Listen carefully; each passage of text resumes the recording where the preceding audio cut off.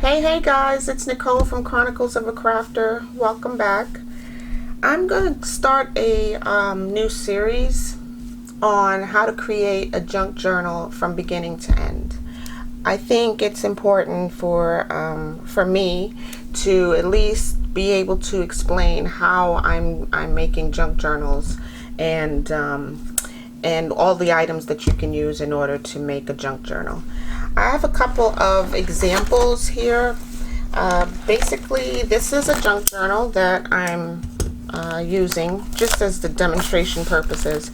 And I made this book from cardboard. It has a hidden spine, so you're not seeing the thread through the spine of the book. And it has 6 signatures in here.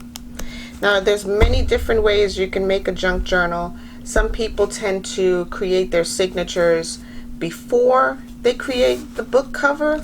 Some people make the book cover all together and then insert the signatures, kind of like I did, because I have not decorated any of these pages yet.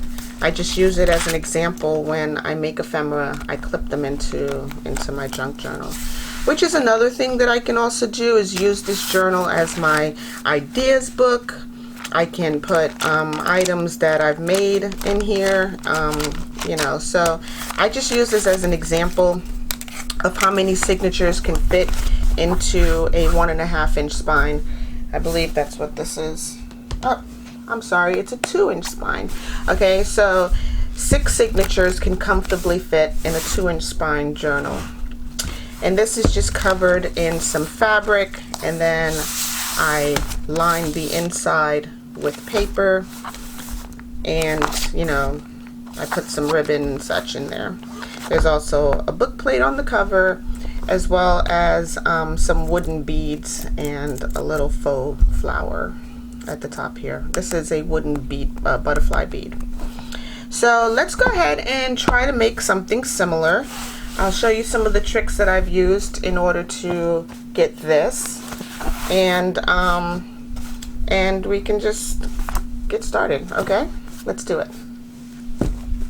So there are many things you can use to create a junk journal cover, and anyone can do this. You don't have to have lots of fancy book binding things and cardboard. This is just as you can see, a Cheez-Its box. I like hot and spicy. And when you look at it in the shape of a box, you're like, what is that? Garbage? I mean, are you going to throw this in the recycle bin? I could have, but I can also take the box completely apart, and when it's folded, it kind of looks like a book. I mean, that's how most books are. They have a spine, a front cover, and a back cover. All you have to do is really just cut off all these excess tabs, and you pretty much have a book. So that's one way you can do it. And yeah, I know it's not a strong cardboard. It's sort of flimsy, but there's different ways you can beef it up a little bit in order to make it a little bit more sturdy. That's one way. Another way, and this came to me right around the time I was unboxing my ephemera from Your Creative Studios, and this box is the box that Your Creative Studios sent me. See, it says February. Your Creative Studios sent me this box with all of my my junk journal ephemera in it. So while I was unpackaging all of the ephemera, I just put some folded pages in the box, and I said I'd come back to it. I'm just going to store these in here. And then it hit me. This can be a book cover. So what I've done, yes, I did stick some signatures in here just to see how many signatures can fit in this spine. And I'm gonna guess, if this is 2 inches, this must be 1.5 inches or 1 3/4. Okay, it's very similar. So that's that. Here are my signatures. These are just 8.5 by 11 pages. Coffee dyed, tea dyed, yeah. And 8.5 by 11 inch copy paper that I've, you know, dyed and folded in half. And you don't even have to do anything else after that. They fit perfectly in a book that's 9 by 6. Okay, so if your book cover is 9.5, or you know, by 6.5, 7, an 8.5 by 11 page will fit in that book once you fold it in half. All right, so here's the box that your creative studio sent. Okay, it still has the February tape across the top, and I'm just going to go ahead and remove that carefully so that I don't rip any of the cardboard. Okay, so this is the tape that was holding on this little sticker right here that says February. And I'm going to use my Cricut spatula to peel that off.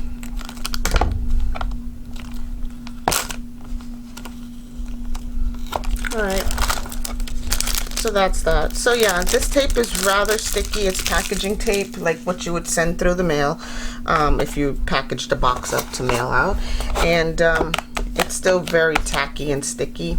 I ran into the same problem on this side. When I pulled off the tape, it was very tacky and sticky. What I did was I took some goof off, or Goo Gone, and I cleaned up the edges. And on this side, I cleaned up the edges to get rid of some of that tack and sticky. And yeah, so we're going to deconstruct this box to make it into a book front cover, back cover with the 1.5 inch spine. Okay, let's do that. So here's the Goo Gone that I used. It came in a bottle. I just poured some into this dispenser bottle. It makes it a little bit easier to use and dispense out of that bottle, so that I'm not wasting too much of it, you know. So first I'm going to go ahead and get a little dry towel. This is what I've used. It's just, you know, it's like a nail polish remover bottle. I just use a little bit on a dry towel and rub it onto the spaces that had that tape. And of course, this is all optional. Had you used this Cheez-Its box, you wouldn't have to go through this. But because I'm trying to use up all of my junk and not throw anything away, I'm going through this process to, I guess, is de-stickify a word? To de-stickify something? I'm just gonna go ahead and rub this all over here. It's a bit oily, you know, that's how Goo Gone works.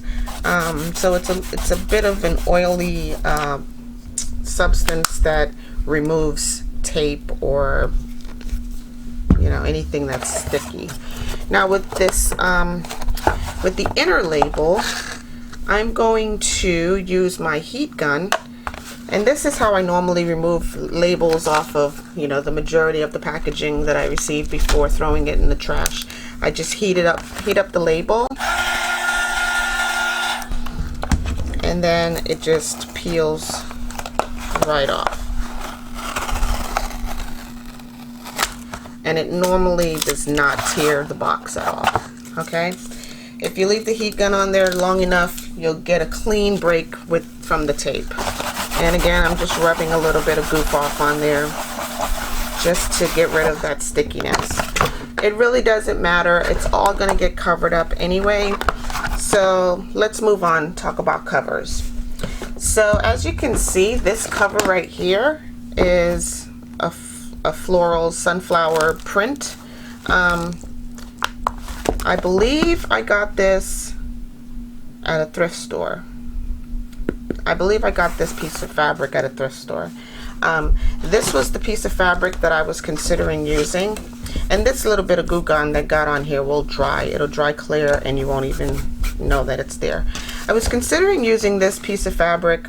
It has like script print on it, you know. I got this at the dollar store. You know, they sell fat quarters or whatever. You can get a fat quarter at Walmart for about $1.25 or $2. So I mean, fabric is inexpensive, relatively inexpensive, and you won't break the bank by getting, you know, a fat quarter to make this journal. So that's one option that you can use to make your cover. Another option would be, this is a placemat, and I'll tell you how much it measures. Let's see. This is a placemat for, let's say, a dining table. So it's 12 to there, 12 and 5.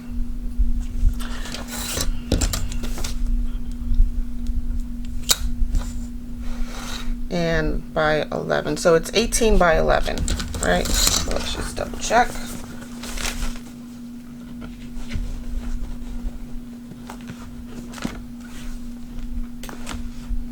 Okay, my bad, 17 by 11, and I think that was 11, right? Yeah, just a smidge over 11. So it's 17 by 11, and think about it. Your papers are 8.5 by 11.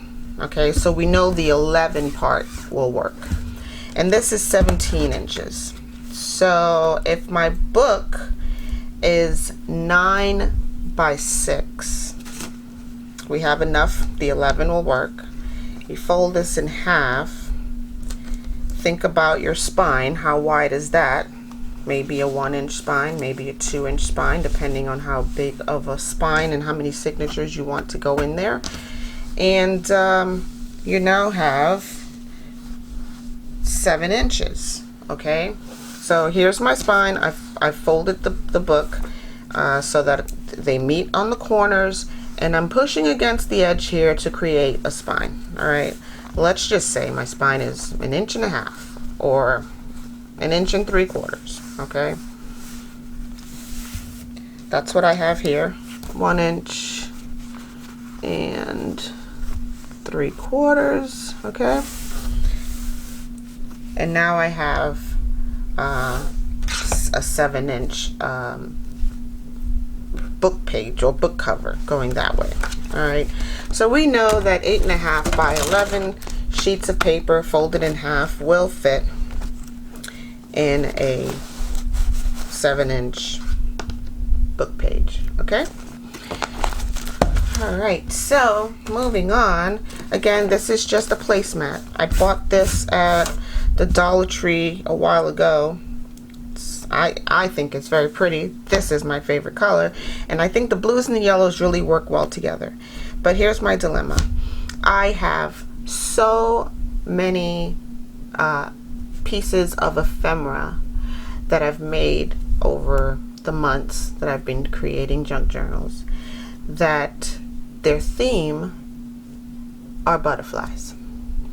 Butterflies and flowers work well together. I mean, no doubt that a butterfly junk journal will look great with this.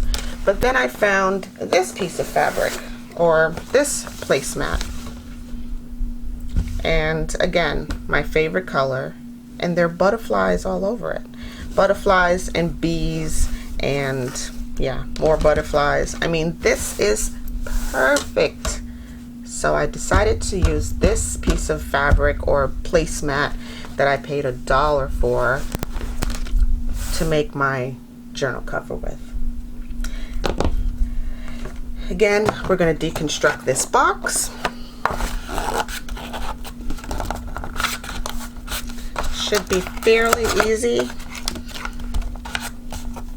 considering it's just a shipping box.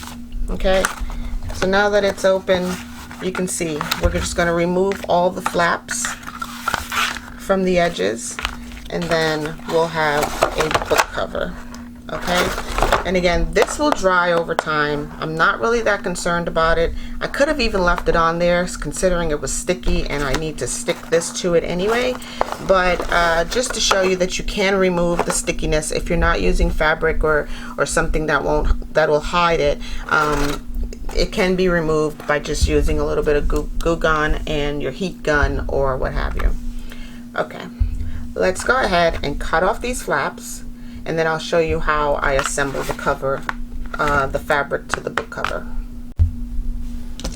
So all I'm using is my craft knife and my metal ruler, and I scored along the side of the ruler to break away all of these pieces. And I'm going to do the same thing for these excess flaps here. Oops.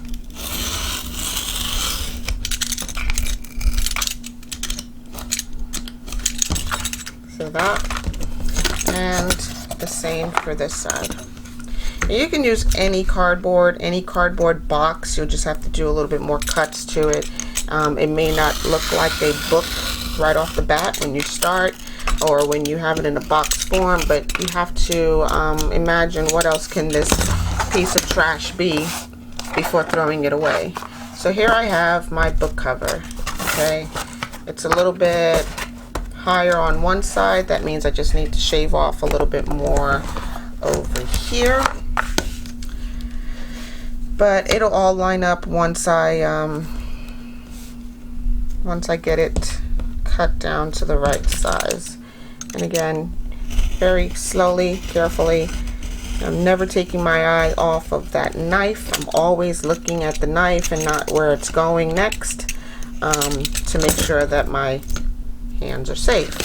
Alright, so I've cut off the little bit of excess at the top that was making this look a little bit uneven, and here you have it. I mean, it's a total book. It's easy peasy, right? So closing craft knife, make sure that it's closed and safe and out of the way. And here is my butterfly fabric. Now first you want to decide which direction is your pattern going. Should it go this way or this way? And I really don't think it matters. Butterflies fly right side up, upside down. It doesn't really matter.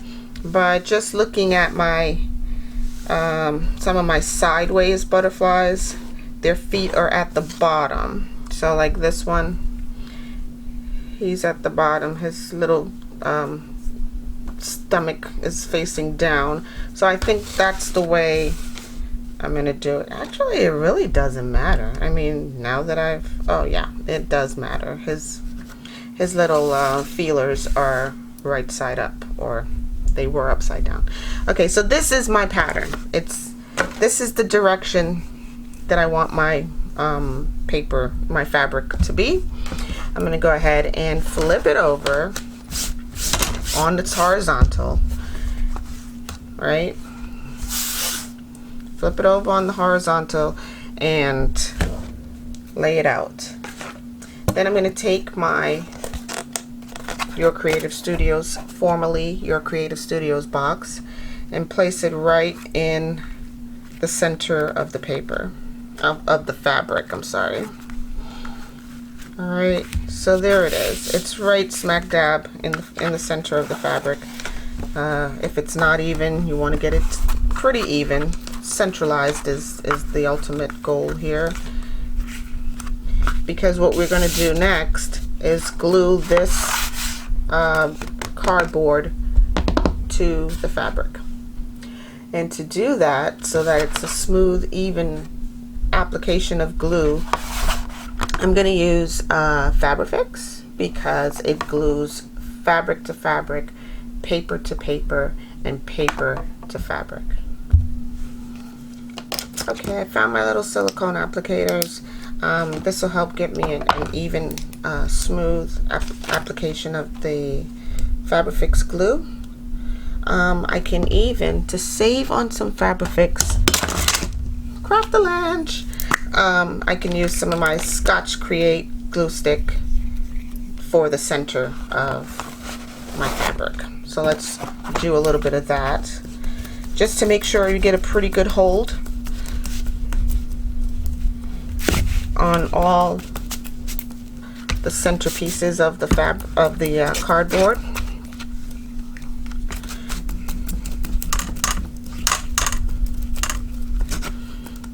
And this glue will also fill in any divots or cracks in the cardboard that you may have made when removing any of the plastic stickers or tape. Let's go ahead and line this back up centrally, just so we can see that it's going about there. Okay, and now I'm going to add my Fabrifix in all along the edges.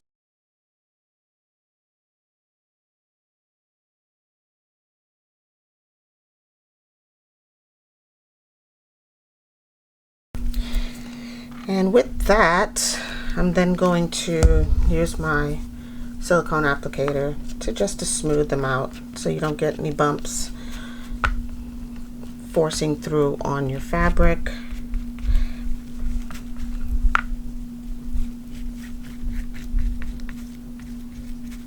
Okay, and I'm just going to put a little bit more in each of the corners.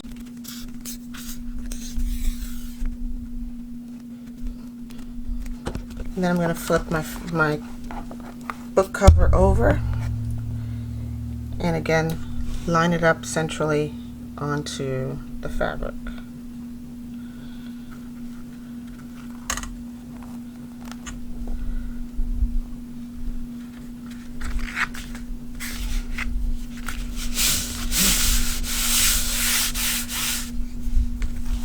Okay. I'm going to flip it over and make sure that the outer fabric is smooth.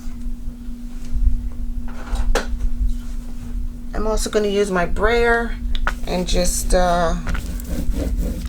brayer that fabric onto the cardboard,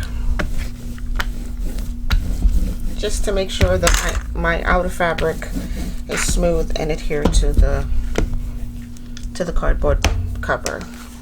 Now I'm going to flip it back over. And it's at this point you want to make sure that everything is right side up and not upside down. Again, butterfly feelers are facing up for me, and I'm flipping it over on the horizontal.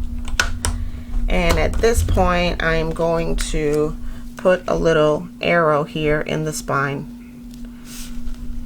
pointing up. Okay, so that's all you need. It won't even be there when you're done. You won't even see it. So next step is to get this book cover wrapped around so that the fabric is taut on the inside. So you can see we probably have about 1 inch top and bottom. So that's a good thing. At least we know our fabric is pretty straight and it's even top and bottom, because that's what matters really, is having enough fabric on the edges to pull around to the inside of the book cover. So I'm just going all the way around the entire perimeter with Fabrifix glue, and getting this covered all the way up.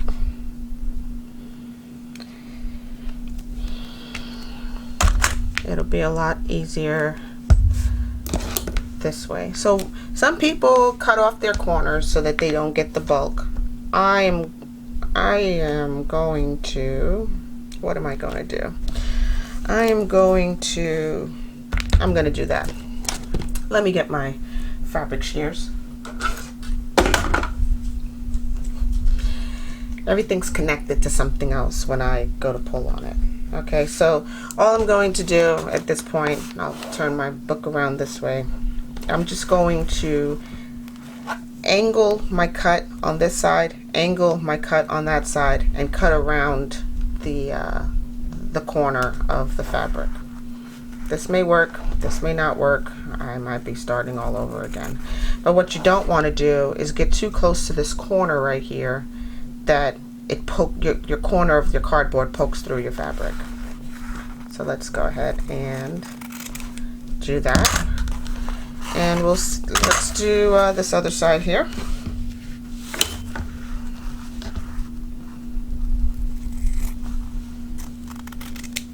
Okay, and I'll show you what that looks like.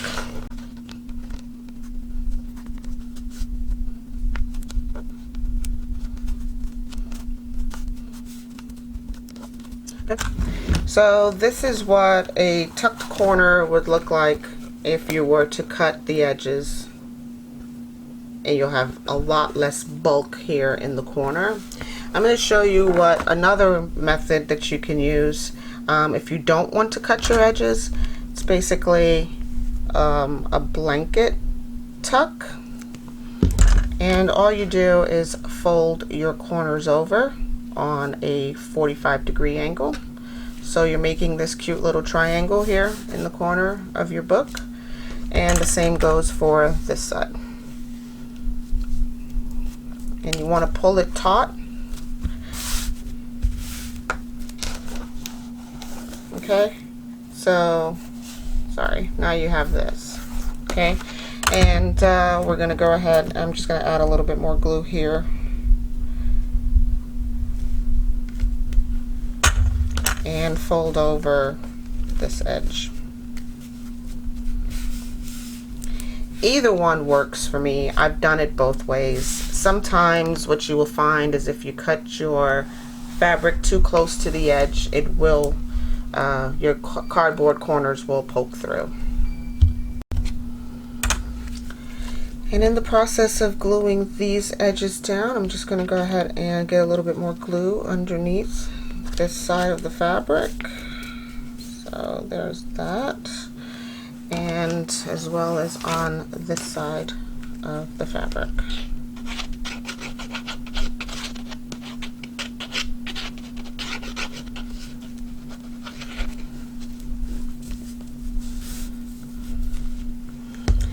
And then I'm going to go ahead and glue down my top and bottom edges. Again, this is how I know that this is the top of my book, because I've rotated this book so many times already. I mean, if you're not confused, I would have been. Okay, so I'm just going to add a little bit more glue. I'm going to add some glue to the fabric as well, just so I can get it all the way to the edge.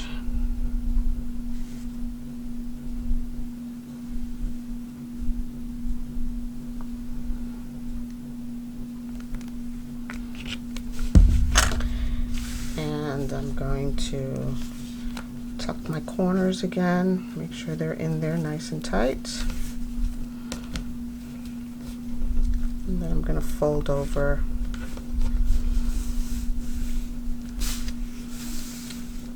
my top layer. Oh my gosh, I'm so excited. This is going to be such a cute book when I'm done. It's going to look super cute. Okay, I'm going to do the same thing on this end. Just get all that excess glue off the tip of my shoe belts. Okay. Get those corners tucked back in there.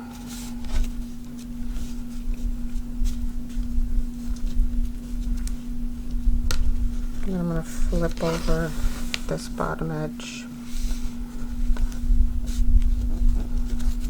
folding it inward. Okay.